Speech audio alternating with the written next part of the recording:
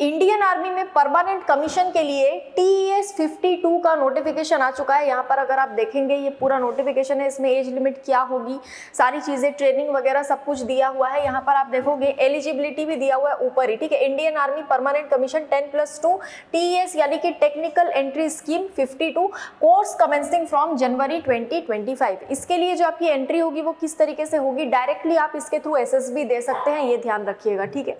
Applications are invited from unmarried male candidates who have passed 10+2 examination with physics, chemistry and mathematics। और साथ में JEE main में अगर आप अपेयर हुए हो तो, मतलब इसको सीधा समझिए कि जो आप फॉर्म भरेंगे आप अनमैरिड होने चाहिए, यानी कि आपकी शादी नहीं हुई हो तो ही आप ये फॉर्म भरेंगे। साथ में आपने अगर 12वीं पास किया है जिसमें फिजिक्स, केमिस्ट्री और मैथ्स आपका सब्जेक्ट रहा हो, और उसके साथ साथ एक चीज कंपलसरी की गई है, 12th पास तो ठीक है, आपने जेई मेन अगर दिया हो 2024 वाला, जेई मेन में अगर आप अपेयर हुए हो, रैंक वगैरह को साइड में रखिए, यहाँ पर सिर्फ अपेयर हुए हो तो ही आप ये फॉर्म भर पाएंगे और ये कंपलसरी है, ठीक है। और ये एलिजिबिलिटी क्राइटेरिया आपको ध्यान में रख के ही फॉर्म भरना है। बाकी एलिजिबिलिटी देखते हैं, citizen of India, subject of Bhutan, subject of Nepal, a Tibetan refugee who came to India before 1 January 1962, ठीक है। ये तो हर एक फॉर्म में रहता ही है।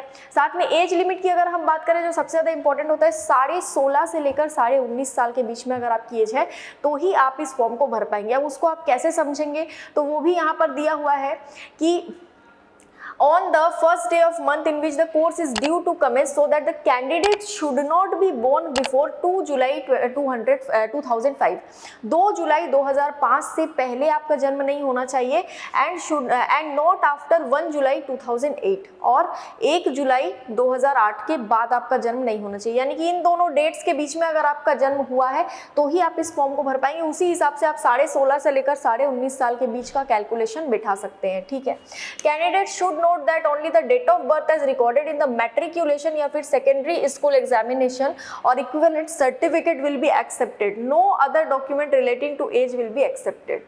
आपका जो डेट ऑफ बर्थ है वो एक्सेप्ट किया जाएगा आपके सर्टिफिकेट के हिसाब से, जो 10th का सर्टिफिकेट होगा आपका उसके हिसाब से। दूसरे डॉक्यूमेंट्स आप नहीं दिखा सकते, जैसे आधार कार्ड वगैरह में आपका जो बर्थ डेट लिखा होता है उस हिसाब से आपका यहाँ पर जो एक्सेप्ट नहीं किया जाएगा, ठीक है। Candidate should also note that once a date of birth has been claimed by them and entered in the records, no change will be allowed subsequently on any ground whatsoever. एक बार date of birth आपका वहाँ पर चढ़ गया तो उसके बाद वो चेंज नहीं किया जा सकता है।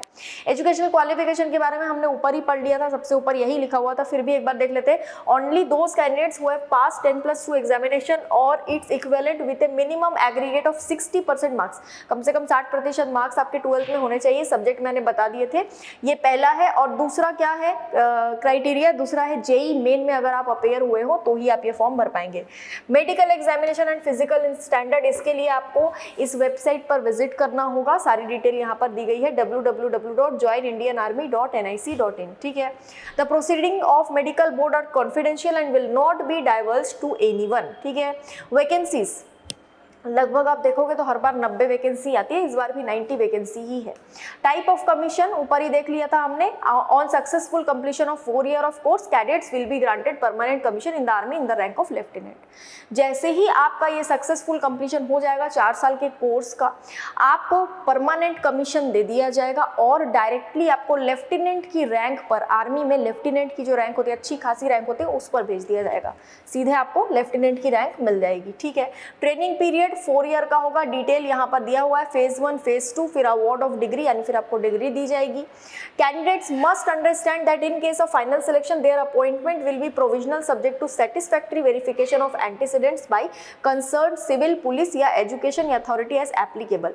ट्रेनिंग का कॉस्ट यहाँ पर दिया हुआ है 13,940। The cost of training is borne by state and will be recovered from candidate withdrawing for personal reason. जो बच्चे पर्सनल रीजन की वजह से निकल जाएंगे बाहर बीच में ही कोर्स छोड़कर, उनसे ये रिकवर कर लिया जाएगा। लेकिन अगर वो नहीं निकलते हैं, अगर वो पूरा ट्रेनिंग करते हैं, तो ये जो ट्रेनिंग का कॉस्ट है वो स्टेट ही बोर्न करेगा, ठीक है।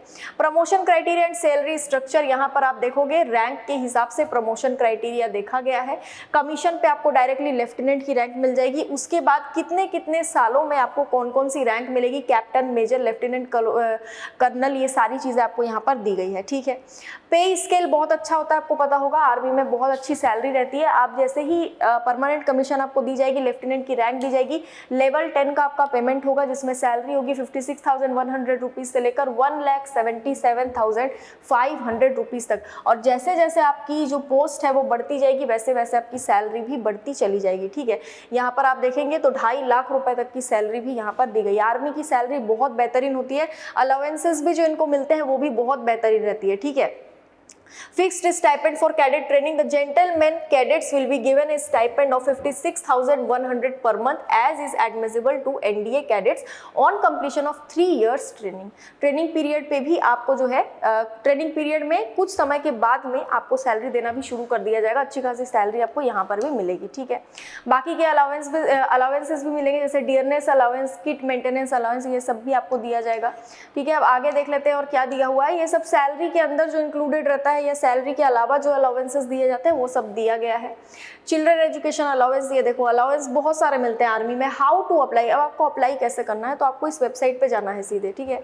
ये जो वेबसाइट है इस पर आपको जाना है, यहाँ पर सारी डिटेल आपको मिल जाएगी, किस तरीके से आपको ऑनलाइन अप्लाई करना है, क्या करना है, सब कुछ यहीं पर आपको मिल जाएगा। उसके बाद आपको जो डॉक्यूमेंट्स है वो क्या क्या लगेंगे, 10th सर्टिफिकेट, 12th का सर्टिफिकेट, ID प्रूफ आपके पास होना चाहिए। साथ में जो JEE मेन के रिजल्ट की कॉपी है वो भी आपके पास होनी चाहिए, क्योंकि इसमें बोला गया है कि आप अपेयर हुए हो तो ये एग्जाम आप तो आप इसके लिए सिलेक्ट हो पाएंगे। अब बिल्कुल आपने JEE मेन दिया ही नहीं है, सिर्फ आप 12th पास है तो कोई मतलब नहीं है, यहाँ पर आप अप्लाई नहीं कर पाएंगे, ठीक है। इंपॉर्टेंट इंस्ट्रक्शंस दिए गए हैं, ये आप खुद भी पढ़ सकते हैं। बाकी shortlisted candidates will be detailed to undergo SSB interview tentatively to be scheduled from August September 2024 onwards.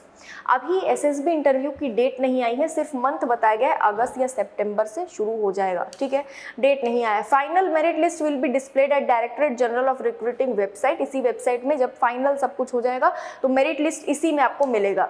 अब आगे देख लेते हैं और क्या क्या दिया हुआ है। Procedure for common candidates TES and NDA entry, जो कॉमन रहता है वो दिया गया है यहाँ पर। बाकी सारी चीज़ें हमने वैसे तो डिस्कस कर ली है, लेकिन एक बार देख लेते हैं।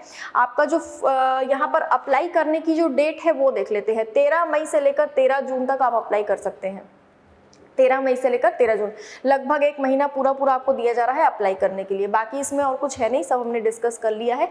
फिर भी अगर किसी तरह का डाउट या कन्फ्यूजन हो तो आप मुझे कमेंट बॉक्स में पूछ सकते हैं। वीडियो को लाइक कीजिए, चैनल को सब्सक्राइब कीजिए और वीडियो को शेयर कीजिए। Thank you so much.